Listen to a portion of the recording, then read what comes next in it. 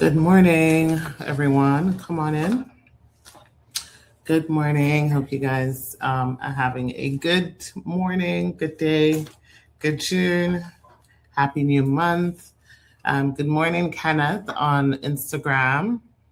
Morning, Sexy Sure. Good morning. How's everyone doing? My name is Aisha Chidole, so I'm an immigration attorney. I'm here in Atlanta, Florida. I represent clients all over the United States with their immigration matters. We handle family immigration, humanitarian-based cases, removal cases, some detention work.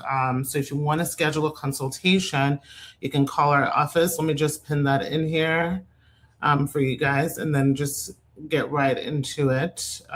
What's our phone number again? Okay, 325-1037. And welcome. If you're a first timer, welcome. Thank you for joining. If you know anyone who needs to hear this, share this with them, or anyone prepping for their adjustment of status application. Okay, so pin comment. Okay, so you guys should be able to see my phone number there. Again, if you want to schedule a consultation to specifically talk about your own case, schedule a consultation, click the link in my bio. You can schedule it directly yourself in the bio on Instagram, Facebook, YouTube, or on our website, which is chidolelaw.com, or you can call the phone numbers on the ticker or in the timeline, and we'll be able to schedule it. Good morning, Twinny. How are you doing? Please stay strong. Lots of love from Kansas. Oh, thanks. Yeah, definitely we are, staying strong always, when you have God on your side. Okay, so yeah, today I really just wanted to talk about preparing your adjustment of status application.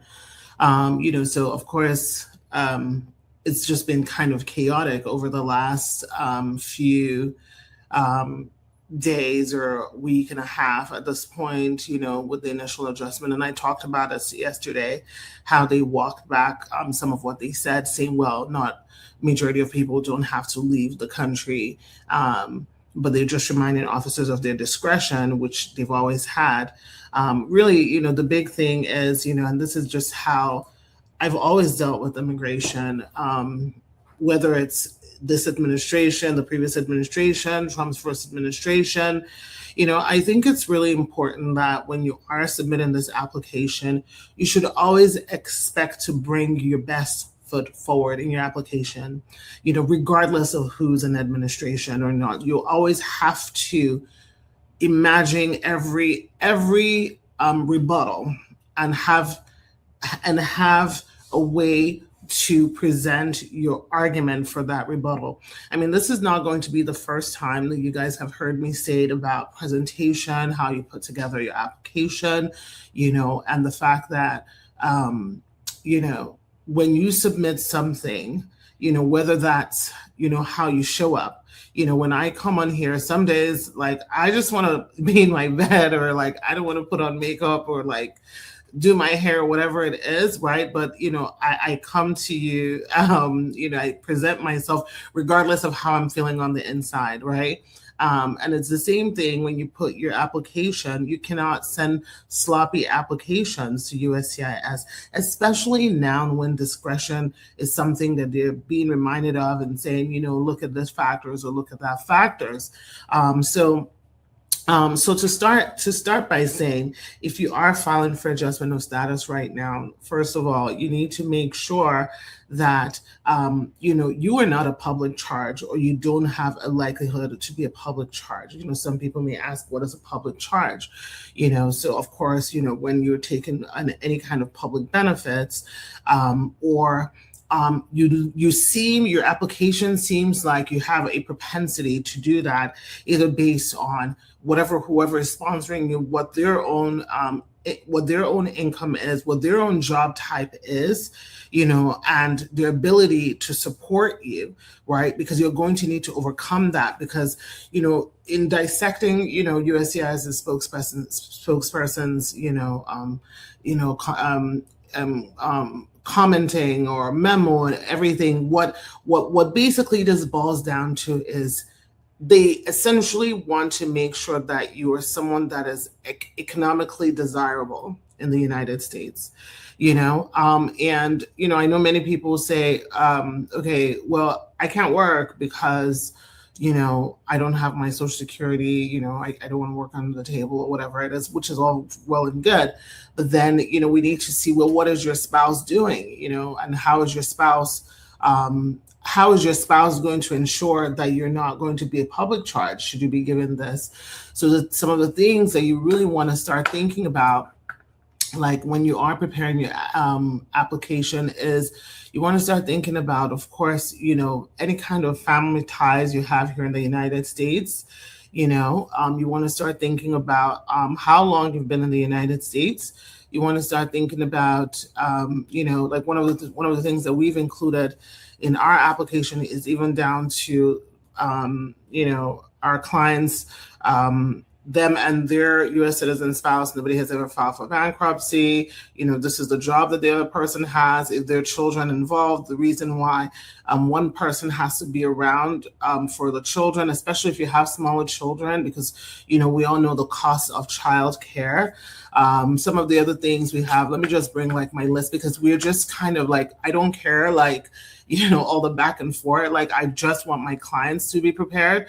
So we're just revamping all of our, let me see if I can pull this up for you guys. Revamping all of our submission, because I just want to be able to just kind of like, I would rather be prepared than to have, someone just kind of slip the rug from under you. So give me a second, because my computer is like frozen right now. So I can tell you guys what I am putting together for our clients. Okay, so some of the things that we're doing now, in our applications is, of course, we're trying to show strong ties and hardship. So we show strong ties by showing, of course, family members or how long you've been in the United States. And we show hardship by showing, what the difficulties would be if you had to consular process. So for a lot of people, again, if you're from one of the 75 countries that has a pause, so you don't know when this pause is ending. So essentially, you're basically going to be put in an abyss, basically, because you don't know when it's ending, and that's separating your family. So that is, to me, an extraordinary hardship for people who are in love and want to build their life together, or, someone who's pregnant and is trying to have a child, having to go back, depending on what the situation is in whatever home country they are. Another thing that we're doing. So when I say family ties, we list all family ties. We're listing all family ties, any siblings you have here, any parents, any children, any cousin, like everyone that has status, to show that you're rooted here in the United States. Another thing that we're doing is we're also checking, have you resided with any of those family members, because basically the strategy we're taking is a strategy if you were detained, right? So like typically if you're detained, and in order to get bond for you to be released, one of the things that we have to show is, other US citizens, family members, and how they will be kind of like responsible for you as a village, kind of like a village, so that you're not like a flight risk or anything like that. Another thing we do is, another thing that we're including is financial responsibilities, shared financial responsibilities, in the household, which already is one of the questions, in your I-485. If you look in your I-485, you're going to see that one of the questions it asks you is, what is your household income? So, so even though it's asking that in there in the forms, well, basically what we're doing is that those questions in the forms, we're explaining, we're having our clients explain it, like in our cover letter, just so the USCIS has kind of like an understanding of that household or what they're potentially able to do. I remember one of the things that we used to do back in Trump 1.0, when they also had this well test, kind of like economic test. We would focus on the client's maybe educational background from, whatever country they came from, what the Bureau of Labor Statistics say that the income would be, if they came into the United States, like if they started working here, to show that, okay, this person has a bachelor's degree in, mechanical engineering. I remember one of our clients was a pilot. Like, so we literally put the Bureau of Labor Statistics what the income requirement for pilot is, and, the process of transferring his license. And so, if you give him favorable discretion, he'll be able to get a license. Ultimately, this client, this is from Trump 1.0, got approved, and obviously is a licensed pilot right now. Another thing we're including is we want clients to tell us, if you were required to leave the United States for consular processing, how will that departure affect your family? So so as you can see, we're kind of setting the stage, to show these are the family members here involved. This is not just a one person thing where if you send this person home, everybody will be good, because it's not just one person. It's like if something bad happens to one person, there's so many other people it affects, not just the spouse as well. And then, we're looking at long-term lawful presence in the United States, or long-term presence in the United States, and just community integration. So it's really important that if you're not involved in any capacity, this is a good time to use your skills to be involved, whether it's volunteering at a soup kitchen, volunteering at a homeless shelter. Like, that was something I used to do when I was in college. Now I volunteer with a group that helps tutor young kids, like, whether that's English or math, like elementary school kids, so just any kind of community involvement that shows that, you're a person of good moral character. Like, so those would be helpful. And then, we also want to see that your spouse, has been filing taxes. We want to see, already you have to submit your bank accounts anyway. So we generally want to see that there is some sort of income, or some sort of money. And again, when I say this, it's not necessarily just for the immigrant, it's for you and whoever is sponsoring you, to show, again, that you're not going to be a public charge. And then occupational skills. Again, these are already questions that are in the I-485. So that's why, I guess USCI said, we're just reminding them of their discretion. Granted, I think that they use that first language to scare a lot of people, but these are already questions that are in your I-485, where it asks you your occupational skills. Now, there are some people that are exempt from that. Those who have humanitarian-based cases, like, VAWA cases, refugee cases, T cases, U visas, on, how, like, when you fill out your form, if you're one of those who's applied for that, when you fill out your form, you put that you're exempt from those public charge requirements. So those people don't necessarily put it, but if you're in any other category, like a marriage-based case, family-based case, filing based on, education, all of those things, H-1B, anything else, even dual intent applications, you want to put that, whether that's you have a license or certification or a degree, but basically something that makes you desirable and says, we need more of this, here. And then, of course, good moral character. Obviously, any criminal history is going to be a negative factor when they are reviewing your case. So the goal is to be able to show, one, rehabilitation. So it's not saying that, if you've ever had a criminal infraction, you will never be able to get a green card. One, they're going to look at, well, what is the crime? How long ago was the crime? What have you done to show that you are a different person? So if you have a criminal record, you really need to really pack your application with a lot of good moral character evidence to show that this is a mistake, this is not who you are, you're a good person, or whatever it is. People who file for fee waivers, it might not be favorable to you. When I say fee waivers, you can apply for a fee waiver. So that's going to be considered, of course, like a negative factor. Another thing that's going to be considered a negative factor, of course, is that, of course, you overstayed, you worked under the table, although it's kind of like contradictory, right? Because it's like, you want them to file taxes, you want them to have all this money, but at the same time, you don't want them to work. So it's a bit contradictory. So it's a negative factor, but one of the things that you have to do to overcome it is everything else that I'm listing, because your positives basically have to outweigh your negative. Again, this is not necessary. I can't tell you for a fact if this is how they're going to process it, since they've kind of walked it back and said we're just exercising discretion. But for me, until we start to see some real results based on the announcement and then the push, the walk back, it's always best to prepare as though it's what it is that they said it is. You know what I mean? And then a critical area is that you really need to be able to articulate why consular processing is not a practicable alternative.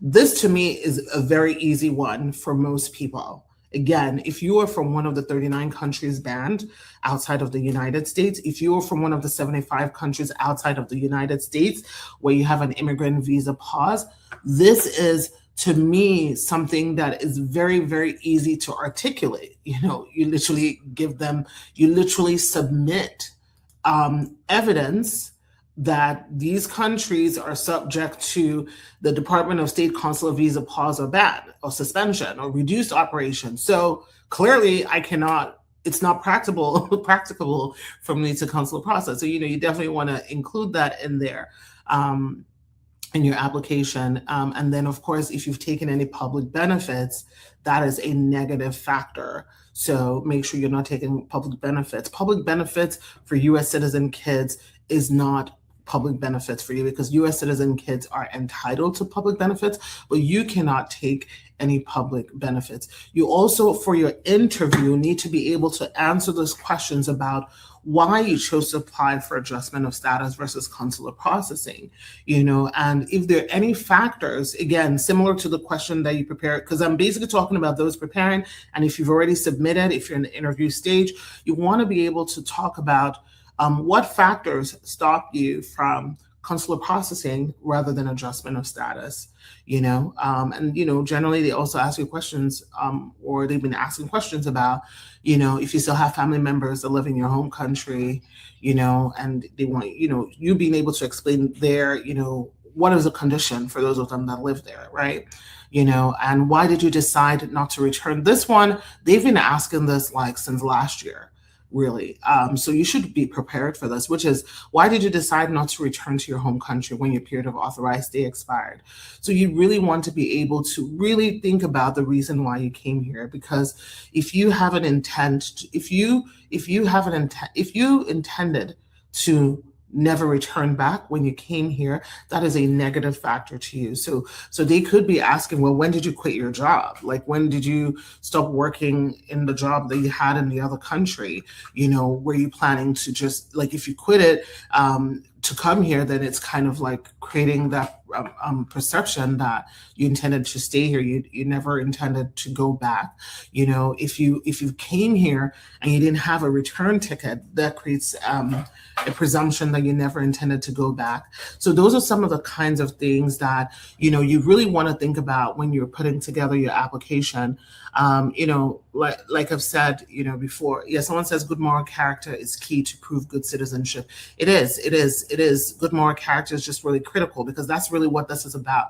The two things that they've basically painted immigrants as, which is that they like to take public benefits, which is really, really grossly untrue and inaccurate, and also as criminals, which is also grossly inadequate. So the onus or the responsibility is on you to prove that you're not what it is that they say that you are as an immigrant.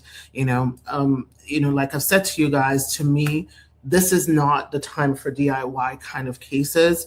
There's just so much going on, behind closed doors, that you really want to make sure that you're not just listening to sound bites on Reddit, or somebody saying, oh, this worked for me, or this is what because you really, everybody on there is a stranger with no face and an alias to their name. You don't know who is on there, if it's a bot or whatever it is that they're saying.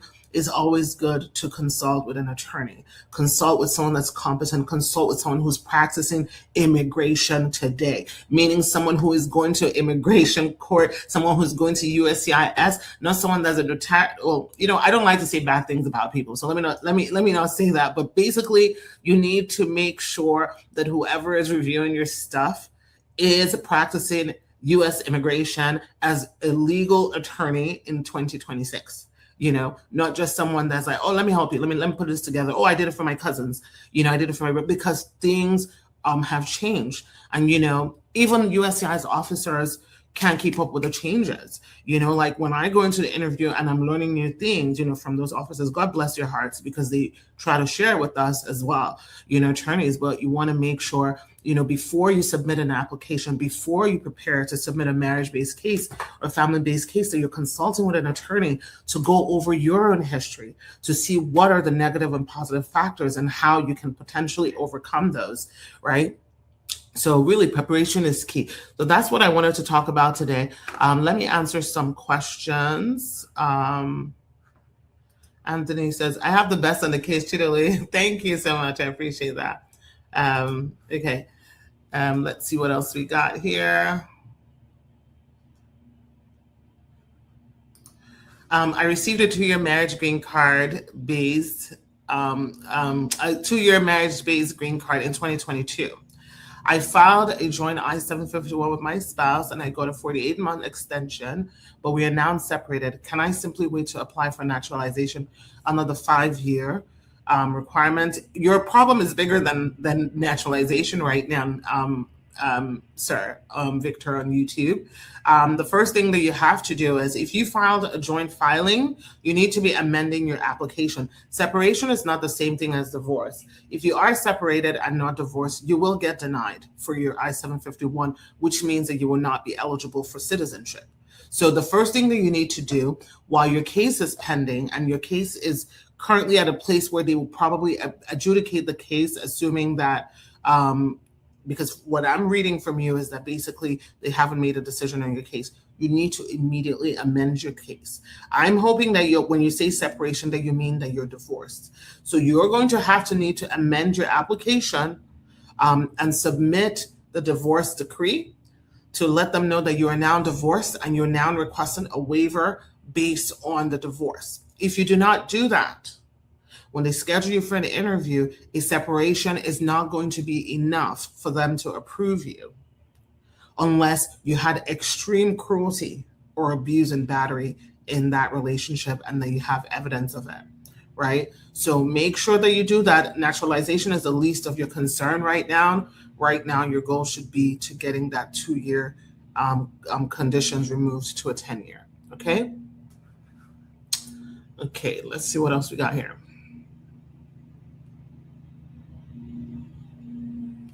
Does the memo interfere with the N-400?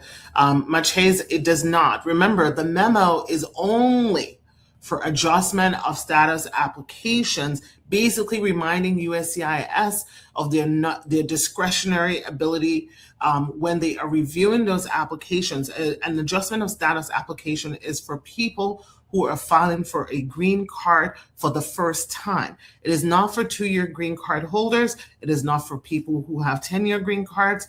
Also, this does not apply to people. Well, the public charge rule applies to people that are doing like the K1. It's automatically there in the your I-485 form, but the discretion in terms of consular processing, for instance, for a fiance visa, does not apply, because that's literally what a K1 fiance visa is, that you're going to come here and do your process here, right? Also, people under humanitarian visas, generally right now, those are people that the public charge rule does not generally apply to in terms of looking at public charge, or whatever it is. But still, in those cases, I would even still say being prepared to explain why you can consular process.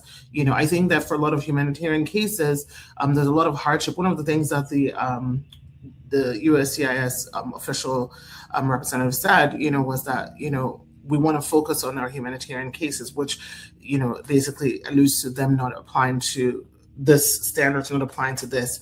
And again, they've walked that back, but again, I'm still telling you guys just to still have your applications kind of prepare for that just until we see what is common or what is happening at the offices, because again, this is really new. We have a couple of interviews this week, so I'm waiting to see how my clients are interviewed and the kinds of questions they're asking. And you guys know when I hear new things, I give you guys the information. Good morning. With regards to TPS program and its timeline for approval, do you just have to wait, or is there anything you can do to get a favorable response? Jamaica, there's no TPS for Jamaica. Sorry. Okay. All right, guys. I gotta jump off, but let me see if I can answer this question real quick. What should be the best excuse not to file joint taxes, even if you were married for above 5 years or 3 years? You tell me, why didn't you file jointly with your spouse? There's no such thing as a best excuse. It is, what is your own reason for not filing with your spouse? Many people have had reasons where maybe the person's wages were being garnished for like child support, or like they owed back taxes and it was being taken away. And, because the thing about filing taxes sometimes is that you have the same liability as your spouse. And so if you want to take that innocent spouse exception, you just don't want to file with them just so that you don't have that liability. Sometimes some people have complex businesses, or different entities, or, 1099s or LLCs, where they just want to be able to file one where it covers all of that. So people have different reasons why they file taxes. What is most important is, one, that you're able to articulate why you're filing a separate tax if asked, but more importantly, that you have other evidence to show that your life is combined together and your marriage is genuine, because filing taxes is not the only thing that proves that you have a genuine marriage. Many people don't file taxes together with their spouses, but what else do you have to show that this is a genuine marriage? So hope that answers your question. Guys, again, if you want to schedule a consultation, do so. 678-325-1037 or 678-233-2170. You can also WhatsApp us, 404-333-8751. If you want to get personalized attention to your questions, we have a team of attorneys here who are very knowledgeable and can answer your questions. All right, guys, have a good one. Bye.